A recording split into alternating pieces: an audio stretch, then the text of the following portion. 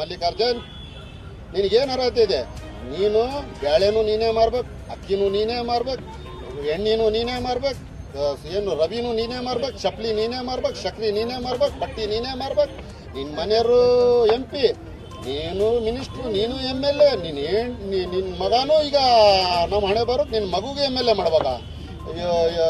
ರಾತ್ರಿ ಮನ್ಯಾಗ ಹೋದ್ರೆ ಬೆಳಿಗ್ಗೆ, ರಾತ್ರಿ ಮನ್ಯಾಗ ಹೋದ್ರೆ 4 ಗಂಟೆಗೆ ಹೊರಗೆ ಬರ್ತೀಯ, ನೀನು ಜನಕ್ಕೆ ಸೇವೆ ಮಾಡ್ತೀಯ. ನಿನ್ನ ಅಭಿವೃದ್ಧಿ ಏನಿದೆ ಅದು ಏನು ಹೇಳ್ತೀಯಲ್ಲ, ಅದು ಕಾಂಗ್ರೆಸ್ ಪಕ್ಷ ಅಲ್ಪಸಂಖ್ಯಾತರಿಗೆ ದುಡಿಸ್ಕೊಂಡು ಈ ರಾಜ್ಯದಲ್ಲಿ ಈ ರಾಜ್ಯ ಕಂಡಂತೆ ಈ ರಾಜ್ಯಕ್ಕೆ ಅವ್ರಿಗೆ ಶಕ್ತಿಯಾಗಿ ನಿಂತ್ಕೊಂಡು ಅವರಿಗೆ ನಮ್ಮ ಕಾಂಗ್ರೆಸ್ಸಿಗೆ ಬೆಂಬಲ ಕೊಟ್ಟು ಇವತ್ತು ಮಾನ್ಯ ಮುಖ್ಯಮಂತ್ರಿಗಳು ಆಯಿಂದ ನಾಯಕ ಅಂತ ಹೇಳ್ತಾರಂಥ ಮಾನ್ಯ ಸಿದ್ದರಾಮಯ್ಯನವರೇ, ನೀವು ನಿಜವಾಗೂ ಆಯಿಂದ ಲೀಡ್ರಾ?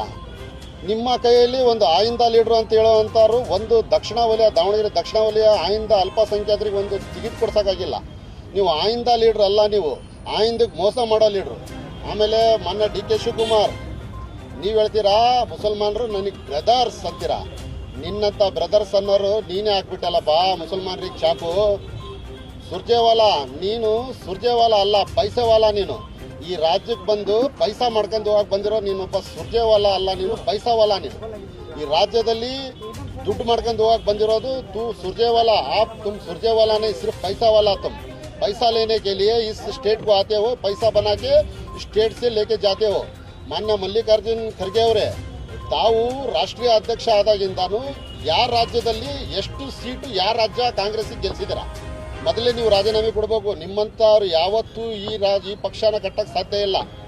ನಿಮ್ಮಂಥವ್ರು ಈ ಪಕ್ಷಕ್ಕೆ ನಿಮ್ಮಂಥವ್ರು ಈ ಪಕ್ಷದಲ್ಲಿ ಇರೋವಂಥ ಅರ್ಹತೆ ಅಲ್ಲ. ನೀವು ತಕ್ಷಣ ರಾಜೀನಾಮೆ ಕೊಡಬೇಕು. ಆಮೇಲೆ 4ನೇದು ನಮ್ಮ SS ಮಲ್ಲಿಕಾರ್ಜುನ್ ಅವ್ರೇನು ಹೇಳ್ತಾರೆ, ಯಾರೋ RSSನವರಿಗೆ ನಾನು ಸೇರ್ಪಡೆ ಮಾಡ್ಕೊಂಡ್ಬಿಟ್ಟಿದ್ದೀನಿ.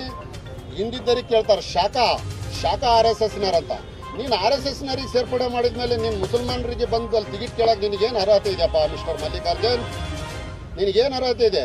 ನೀನು ಬೇಳೆನೂ ನೀನೇ ಮಾರ್ಬೇಕು, ಅಕ್ಕಿನೂ ನೀನೇ ಮಾರ್ಬೇಕು, ಎಣ್ಣೆನೂ ನೀನೇ ಮಾರ್ಬೇಕು, ಏನು ರವಿನೂ ನೀನೇ ಮಾರ್ಬೇಕು, ಚಪ್ಪಲಿ ನೀನೇ ಮಾರ್ಬೇಕು, ಸಕ್ರೆ ನೀನೇ ಮಾರ್ಬೇಕು, ಬಟ್ಟೆ ನೀನೇ ಮಾರ್ಬೇಕು.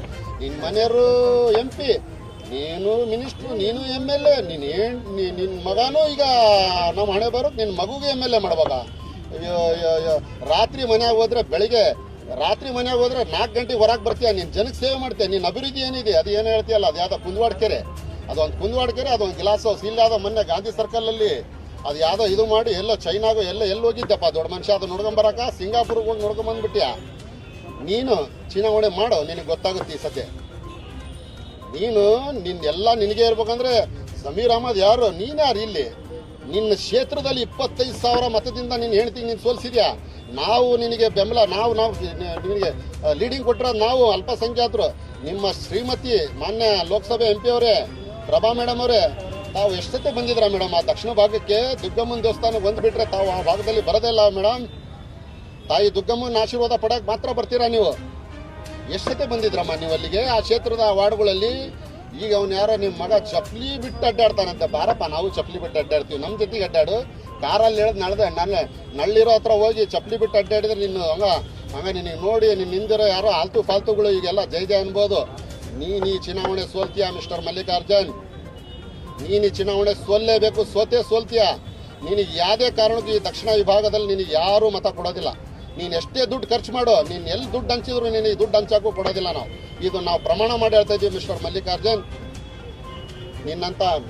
ನಿನ್ನಂಥ ಒಬ್ಬ ದೊಡ್ಡ ಮನುಷ್ಯ, ನೀನು ಈ ರಾಜ್ಯದಲ್ಲಿ ದೊಡ್ಡ ನಾಯಕ ಆಗ್ತಿದ್ದ. ಇವತ್ತು ಅಲ್ಪಸಂಖ್ಯಾತರಿಗೆ ನೀನು ಟಿಕೆಟ್ ಬಿಟ್ಕೊಟ್ಟಿದ್ರೆ ನೀನು ಎಲ್ಲದೂ ನಿನಗೆ ಬೇಕು. ಸಾಕಿಲ್ಲ ನಿನಗಿನ್ನು? 1000 ಕೋಟಿ ಇದೆ ನಿನ್ನ ಹತ್ರ, ಇನ್ನೂ ಸಾಕಿಲ್ಲ. ಯಾರಿಗಾರ ಒಬ್ಬ ನಿನ್ನ ಫಾಲೋವರ್ಸಿಗೆ ಕೊಟ್ಟು ನಿಲ್ಲಿಸಿ ಗೆಲ್ಸಿದ್ರೆ ನೀನು ಒಬ್ಬ ರಾಜ್ಯದಲ್ಲಿ ಅಲ್ಪಸಂಖ್ಯಾತರಿಗೆಲ್ಲ ಇಡೀ ರಾಜ್ಯದ ಎಲ್ಲ ವರ್ಗದ ಜನಕ್ಕೆ ನೀನು ಒಬ್ಬ ದೊಡ್ಡ ಲೀಡರ್ ಆಗ್ಬಿಡ್ತಿದ್ದೆ. ಬಾ, ಚುನಾವಣೆ ಚಾಲೆಂಜ್ ಆಗಿ ಮಾಡೋಣ. ಓಕೆ.